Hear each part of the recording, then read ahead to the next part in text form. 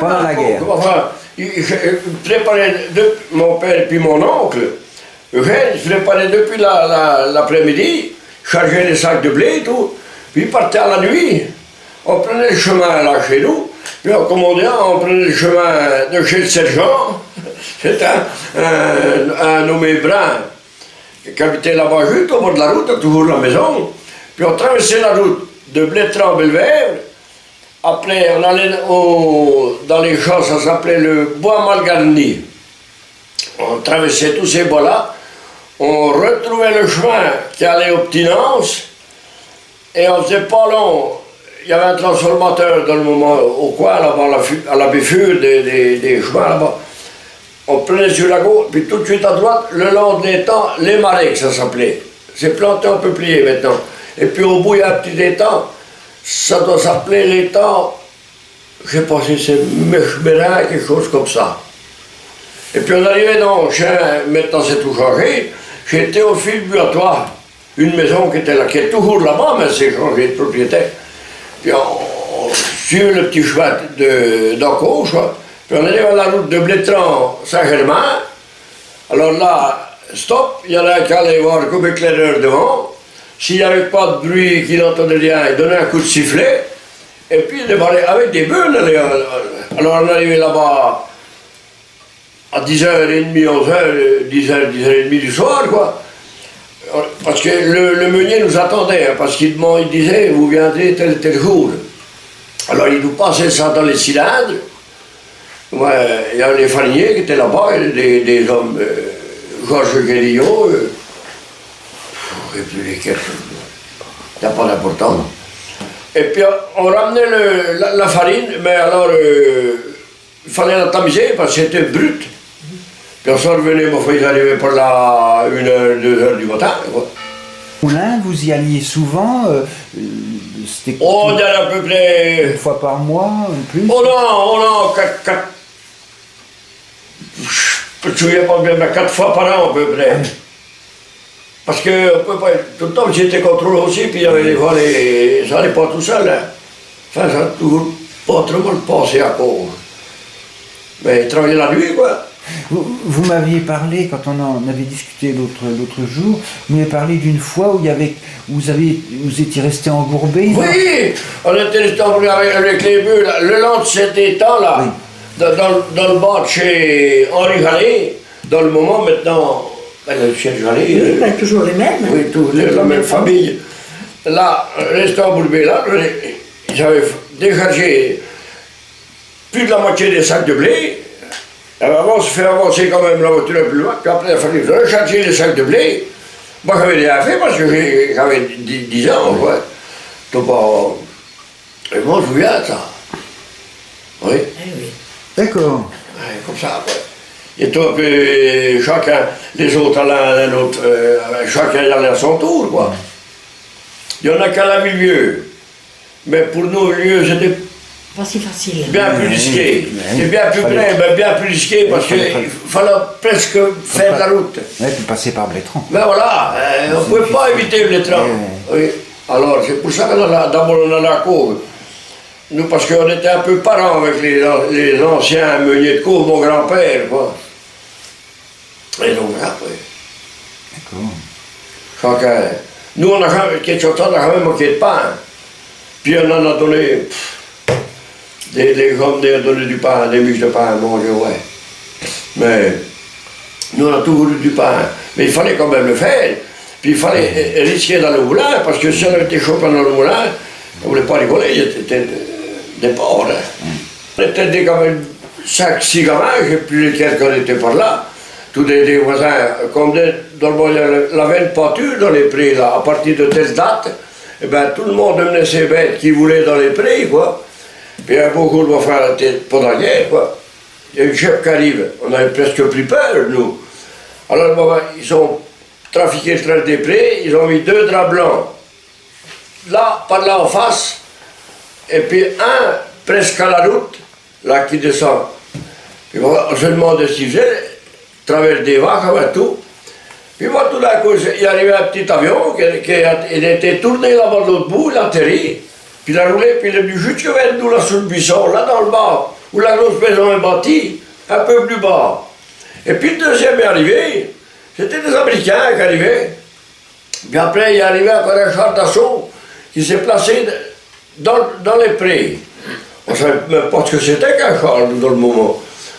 Et puis après, ils sont descendus de les avions forcément, ils sont venus vers nous, on avait peur, nous. Puis on les a amenés chercher ils nous ont demandé, enfin ils se sont fait comprendre comme ils ont pu, parce qu'on ne comprenait rien, nous. Qui voulait des œufs. Alors ils ont amené dans le moment chez le père Bon, qui habitait au-dessus, l'Alphonse Ravillard, il y avait encore Séraphin Roy dans le moment, et puis j'ai Joseph Drouillot, j'ai cherché des œufs, puis on leur avait donné en échange des boîtes de conserve de toutes sortes. Enfin, je ne sais plus combien, les gars ne savent plus quoi faire. Puis après, on est descendu avec eux, quoi. Puis ils nous ont ouvert des boîtes de saucisses. Ils avaient des concepts. On en a mangé, les gamins, à plus pouvoir en manger. Ils ont donné le reste aux chiens. Et puis le lendemain, ils sont restés là. Puis après, ils sont repartis, puis ils sont revenus une deuxième fois. Puis après, ils sont repartis, ça n'a plus de vue. Enfin, c'était des avions de reconnaissance, soi-disant. C'était en quelle année, vous en souvenez? Ouais, c'était en 44, ça. Ça devait être fin 44. Et bien, on allait à la fois, on se levait quand il y a 2 heures du matin pour faire un peu le travail là. Puis après, on partait à vélo. On allait à 27 ou 28 km, je crois.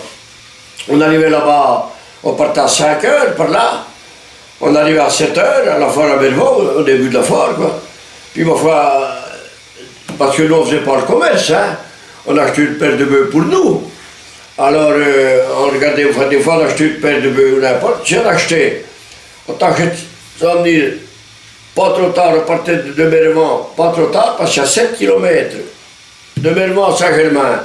Et puis on venait chez un nommé qui était restaurateur dans le moment, quoi, Clérial d'Arfin. On mettait les bœufs à l'écurie, on cassait la croûte vite fait, et puis on les dételait, et puis on les amenait comme ça à plusieurs, parce que souvent il y avait 5-6 clients qui s'emmenaient ensemble, et puis petit à petit, ben, enfin, il y en a un qui arrivait à mettre en sens. Et ben, celui-là, il s'arrêtait chez lui, l'autre c'était au Tartre, ainsi de suite, l'autre allait à Villedieu, l'autre allait à Denne, enfin. Puis on arrivait là, souvent on buvait un petit coup à Sens. Parce que les anciens, ben voilà quoi Sens. Les bêtes étaient toutes sur la route, il n'y avait pas une autoria qui nous embêtait dans le moment, on était vraiment. Et puis enfin, on arrivait là, chacun de son côté, à 5h30, c'était nuit l'hiver, bien nuit, quand on arrivait là. Puis enfin, bon, c'était l'hiver. Vous nous aviez dit la dernière fois que la raison qui vous poussait à aller à Mervent plutôt qu'aller à Blétran... C'est-à-dire qu'on avait des bêtes, on trouvait des bêtes là-bas qui étaient souvent bien dressées. Et puis deuxièmement, pas très bien soignées, plutôt maigres. Alors elles profitaient bien chez nous. Tout en travaillant, elles profitaient bien. Et puis souvent, vraiment bien dressées. C'est pour ça qu'on allait là-bas. On achetait une paire de bœufs à peu près par an, mais on ne s'achetait pas tous les ans là-bas, mais avant d'acheter, on a acheté souvent là-bas. Oui. Puis on a acheté pour son père, là, c'est moi qui les ai ramenés, mon oncle, j'en ai ramené au moins 2, 3, mais le grand-père, j'en ai ramené pour le grand-père, lui, pour votre père, le bac 15 voyages. Vous étiez le spécialiste de la foire de Mervent. Oui, oui. Non, mais j'étais jeune, alors le bac, ça vient la route, quoi, c'est tout. Alors, d'abord, quand j'emmenais souvent avec les gens, j'étais le gamin de la bande, moi, dans le moment. Il n'y a pas le fichier, Georges Prudent, Fernand Rouffet du Tartre, Fernand Masson de Cour, un Lano, je ne sais plus tous lesquels je suis emmené avec, quoi. Mais Juste une dernière question, après on va passer à autre chose. Comment vous faisiez, parce que il y avait des gens de différents villages, comment vous faisiez pour y aller ensemble? Il n'y avait pas de téléphone, je suppose, à l'époque, donc vous donniez rendez-vous à Mervon, ou c'était par hasard que vous les trouviez à Ah non, on ne savait pas. Ah, vous savez pas? On allait à Mervon, et puis on les trouvait. Tiens, t'as acheté? Et bien allez, on allait ensemble. D'accord. Ah non, il n'y avait pas de rendez-vous, rien. Non. On connaissait tout le monde, quoi. Oui. Alors, tu sais pas, t'as acheté quelque chose? Oui, ben on s'en ensemble. Allez, c'est l'équipe, quoi. Des fois, on était 2, des fois 4, 5, ça dépend. Oui, on a le battoir dans la cour, quoi.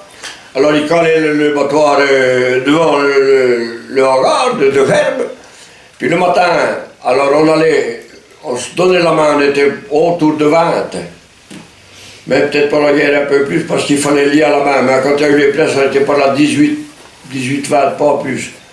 Et puis on allait le matin de bonne heure, on arrivait chez le gars où la batteuse était. On buvait le café, puis après on attaquait le boulot, quoi, jusqu'à 8h30, 9h. 9h. Puis on cassait la croûte. Alors on mourait du pâté, même un peu de la saucisse, du beurre, du lard, un peu de tout, quoi. Et puis, on rebuvait le café, et le candidat, pas partout. Mais enfin, on a bu le café. La goutte, ceux qui ont bu, moi je n'ai jamais bu. Puis après, on rebattait jusqu'à midi, ça dépend. Si c'était une bonne demi-journée, on allait jusqu'au bout, 1h, 1h30. Mais si ça finit, on mangeait à midi, et puis moi après, on suivait chez l'autre. Je partais, puis on continuait. Ou des fois, on n'allait pas, parce que on n'allait pas dans toutes les maisons, comme il y avait, trop de monde dans le moment. On était les attitrés. Oui.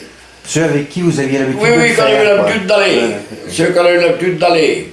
Après, quand on était sur la fin, tout le monde était réuni parce qu'il y avait de moins en moins de gens. Et puis c'était terminé. Je crois qu'on a fini les battoirs en 65. Mon oncle Eugène qui a battu, Élie Pichet et Maurice Blanc. C'est les 3 derniers battoirs qu'on a fait en 65. Tout le monde déjà faisait la moissonneuse batteuse. Puis là, en 66, tout était moissonneuse batteuse. Oui. Alors, mutuellement, quoi, les uns se rendaient les uns les autres. Mais dans ces moments-là, c'était une fête, là, pour la batteuse. Ah ben, alors, C'était une fête. Oui. Puis comme c'était le soir, là, déjà toute la journée avaler de la poussière sûre, et ben les gens chantaient, les gens. Puis il fallait se lever de bonne heure le lendemain pour faire le boulot puis retourner au battoir, parce qu'on commençait quand même à 5h30, 6h de battre. Ouais, quand j'étais tout seul, je me levais à 2h30 du matin pour faire le boulot. Alors des fois je couchais à minuit. T'as pas beaucoup dormi. On ne dormait pas beaucoup. Ben, je sais pas, dès le coup, puis Ben oui, mais tu l'as fait. on était bien. Ben oui. Ça durait une quinzaine de jours à peu près,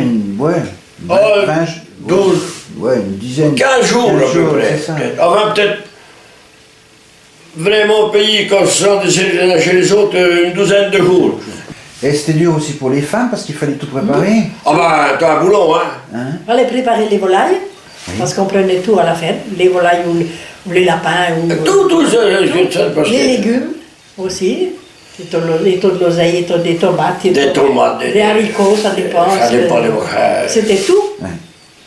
Et puis il fallait déménager dans la maison parce que... Il fallait faire de la place pour mettre la Ah oui, place. pour mettre les tables. Pour mettre les tables, les hommes. Ils n'étaient pas chouettes quand ils étaient partis. Hein. Il fallait nettoyer. Mais enfin, c'était comme ça. Ah, dans la mode. Oui. Puis personne ne se plaignait. Non. À la fin, quand même, tout le monde n'en pouvait plus. On allait veiller d'abord. Puis les veillées, c'était pas... On allait veiller des fois à la saison des marrons. On mangeait des marrons. Sans être invité. Hein. Comme ça, sans être invité, les uns que les autres. Des fois, viens dans ce soir, mais des fois, on y allait comme ça. Puis il y a combien de personnes âgées qui étaient toutes seules? Ben, tous les soirs, elles venaient. Chez nous, là, il y a une vieille dame, là, une dame, les manches roses. Oui. Et bien, tous les soirs, elle venait. Alors, si des fois, dans les veillées, et bien, elle partait. Ah, quand elle disait, vous allez veiller, ben, je m'en vais. Ben, elle revenait le lendemain soir, on discute. Moi, je la faisais jouer aux cartes quand j'étais gamin. Parce que ces vieilles dames, souvent, elles n'avaient pas beaucoup de bois. Alors, elles allaient dans les maisons, elles se chauffaient un petit peu, elles économisaient Voilà, leur bois. Parce qu'elles n'avaient pas de feu de bois comme maintenant. Si, Ben, il y avait le feu de bois, mais comme elle ne pouvait pas le fabriquer, oui. elle le faisait fabriquer à moitié dans le moment. Oui, oui. il n'y en avait pas beaucoup.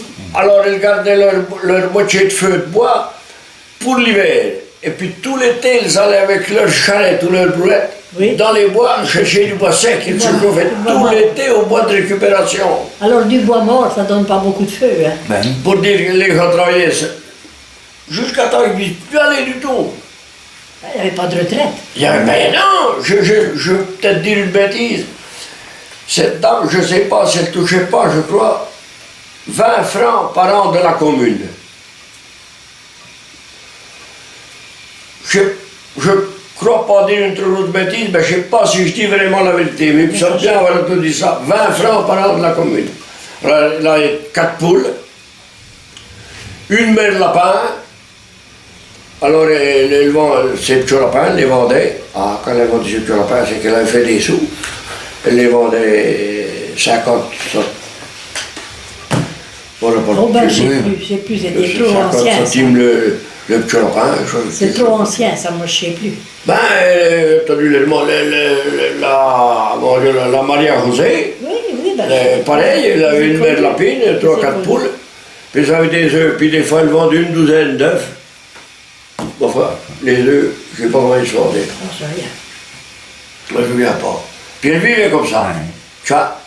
Elle avait un petit jardin qu'elle faisait moyen de faire 2-3 pommes de terre, qu'elle avait, puis des fois, ils allaient des fois donner un petit coup de main comme ça aux gars pour bricoler un peu, on leur donnait des bricoles, quoi.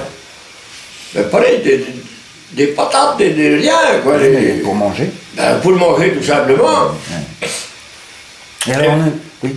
Et puis elle se plaignait jamais. Ce que je regrette, moi, c'est avec les voisins. Hein, c'est avec Ah les- oui. On n'a plus de contact Oui. avec personne. Non, non, non. Non, tout chacun est chez soi. C'est vrai qu'il y a ces télévisions aussi qui font Oui. beaucoup de mal. Et puis, non, c'est plus du tout pareil. Même les gamins ne vont plus Ah ensemble. non, non, non. Même les gamins, non. Ils sont chacun chez soi et voilà. Mais chez nous, il pleuvait un jour. Ah ben, on va faire des gaufres. Parce que les choses à la classe, on leur donne à chercher le gaufre.